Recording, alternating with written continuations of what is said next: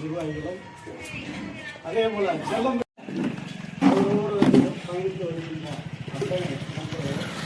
மாவட்ட போன்ற சிறப்பான எல்லோரும் நான் சொல்லுகின்ற அந்த பணிகளை எல்லோரும் எனக்காக இந்த உரிமை மீட்பு தொண்டர்கள் அண்ணாவிகளை மீட்பதற்காக எல்லோரும் பாடுபட்டோம்.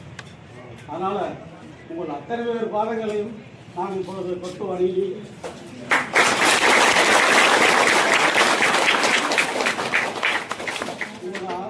உங்கள் அத்தனை பேரையும் நான் கேட்டுக்கொள்வது, இப்பொழுது நாம் தளபதியார் மு.க.ஸ்டாலின் அவருடைய தலைமையை இருக்கிறோம்.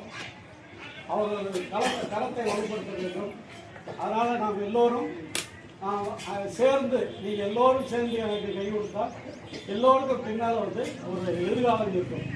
ஏன்னா அது ஒரு பாரம்பரியமான கட்சி திராவிட முன்னேற்ற கழகம் என்பது பேரறிஞர் அண்ணா புரட்சித்தலைவர் எம்ஜிஆர் வளர்த்த அந்த திராவிட முன்னேற்ற கழகம், முத்தமிழருடைய கலைஞர் வளர்த்த அந்த இயக்கம், அவர்களுக்கு பின்னால் தளபதியார் தலைமையேற்று கடந்த 5 ஆண்டுகளாக சிறப்பான ஆட்சியை கொடுத்திருக்கிறார். மீண்டும் அவர்தான் இந்த தமிழகத்தில் ஆட்சியாளர் போகிறார். எனவே அந்த இயக்கத்தை நாம் அனைவரும் தங்களை முழுமையாக ஈடுபடுத்தி தளபதியாருக்கும் அவர் உதயநிதி இளைய தளபதி அவர்களுக்கும் நாம் கரம் கொடுத்தால் கண்டிப்பாக நாம் முஸ்லம்பட்டியில் ஒரு மிகப்பெரிய வெற்றியை பெறலாம். நான் அண்ணன் ஓபிஎஸ்ஐ நம்பி கடந்த காலங்களில் 4 ஆண்டு காலம் அவரோடு பயணித்து கடைசி வரை அவரோடு நாம் இந்த இயக்கத்தில் போய் சேர்ந்தோம். ஆனால் உங்களுக்கு சீட்டு வாங்கி கொடுத்துட்டு அவர் எம்எல்ஏ வந்திருக்கணும்.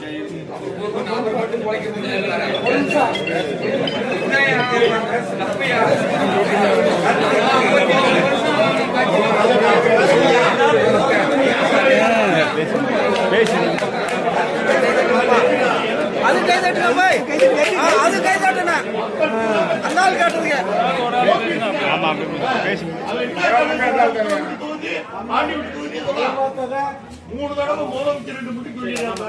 ஓபிஎஸ் நம்மளுக்கு கை கொடுத்துருக்காங்க.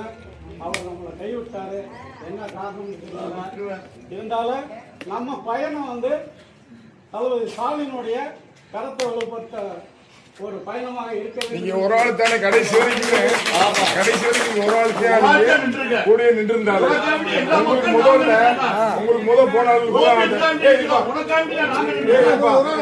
உங்களுக்கு முதல்ல போனது தளபதியார் எல்லாத்தையும் மதிச்சு பூராத்தையும் சீட்டு கொடுத்தாரு.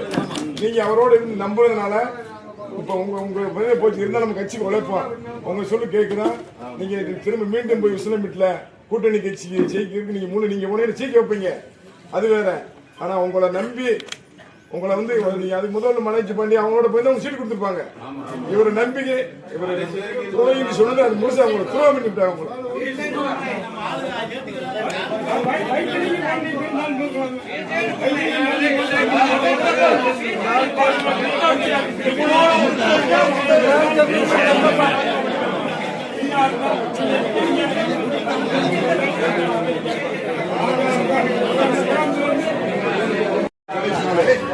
உங்களை ஓபிஎஸ் மறந்துருக்கலாம், வேற நிர்வாகிகள் மறந்துருக்கலாம். தளபதி ஸ்டாலின் அவர் உங்க முகம் அவர் முன்னாடி என்னைக்கு பத்திக்கே இருக்கு. அவர் உங்களை வாழ்நாள் வரைக்கும் அவர் உங்களை மறக்க மாட்டாரு. சபாநாயகர் அப்பா உங்களுக்கு அந்த திமுகவில் இருக்க முக்கியமான உரம் உங்களை என்னைக்குமே மறக்க மாட்டாங்க. உங்களுக்கு பதவி இல்லாம இருக்கலாம், உங்க முகத்தை என்னைக்குமே அவங்க மறக்க மாட்டாங்க. எதிர்காலம் உங்களுக்கு என்னைக்கா இருந்தாலும் அவருடைய தலைவலியார் உங்களுக்கு உங்க முகத்துக்காக வேண்டி ஏதாச்சும் ஒன்று பின்னாடி போற காலங்களில் உங்களுக்கு கட்சியிலேருந்து ஏதாச்சும் ஜெயித்தேன், அது அவங்க விருப்பம் கட்டாயம் செய்வாங்க. நீங்க எப்பயும் போல உழைங்க, கட்சிக்காக வேண்டி 2-3 தொழில் வேலையை பாருங்க, எல்லாம் செஞ்சு வாரம்.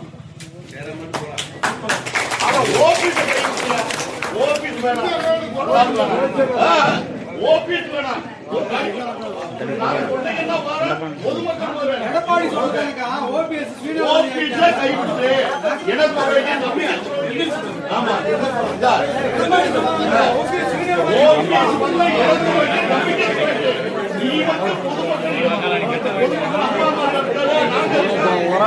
நம்பி போனவருக்கு அந்த வைத்தியங்க பாஞ்சு பஞ்செல்லாம் சுட்டு வாங்கிட்டாங்க.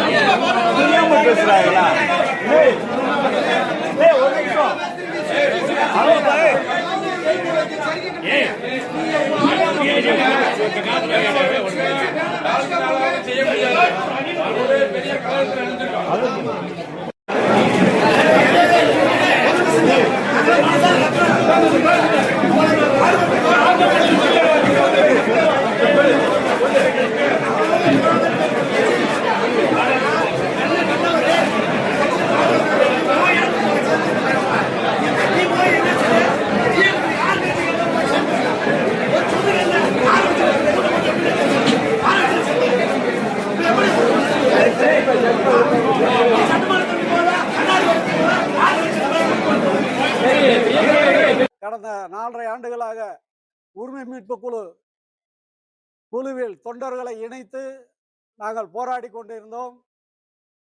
இந்த வேளையில் நானும் ஓபிஎஸும் பாரம்பரிய இயக்கமான தாய்க்கலமான திராவிட முன்னேற்ற கழகத்தில் இணைந்து பணியாற்றி வருகிறோம்.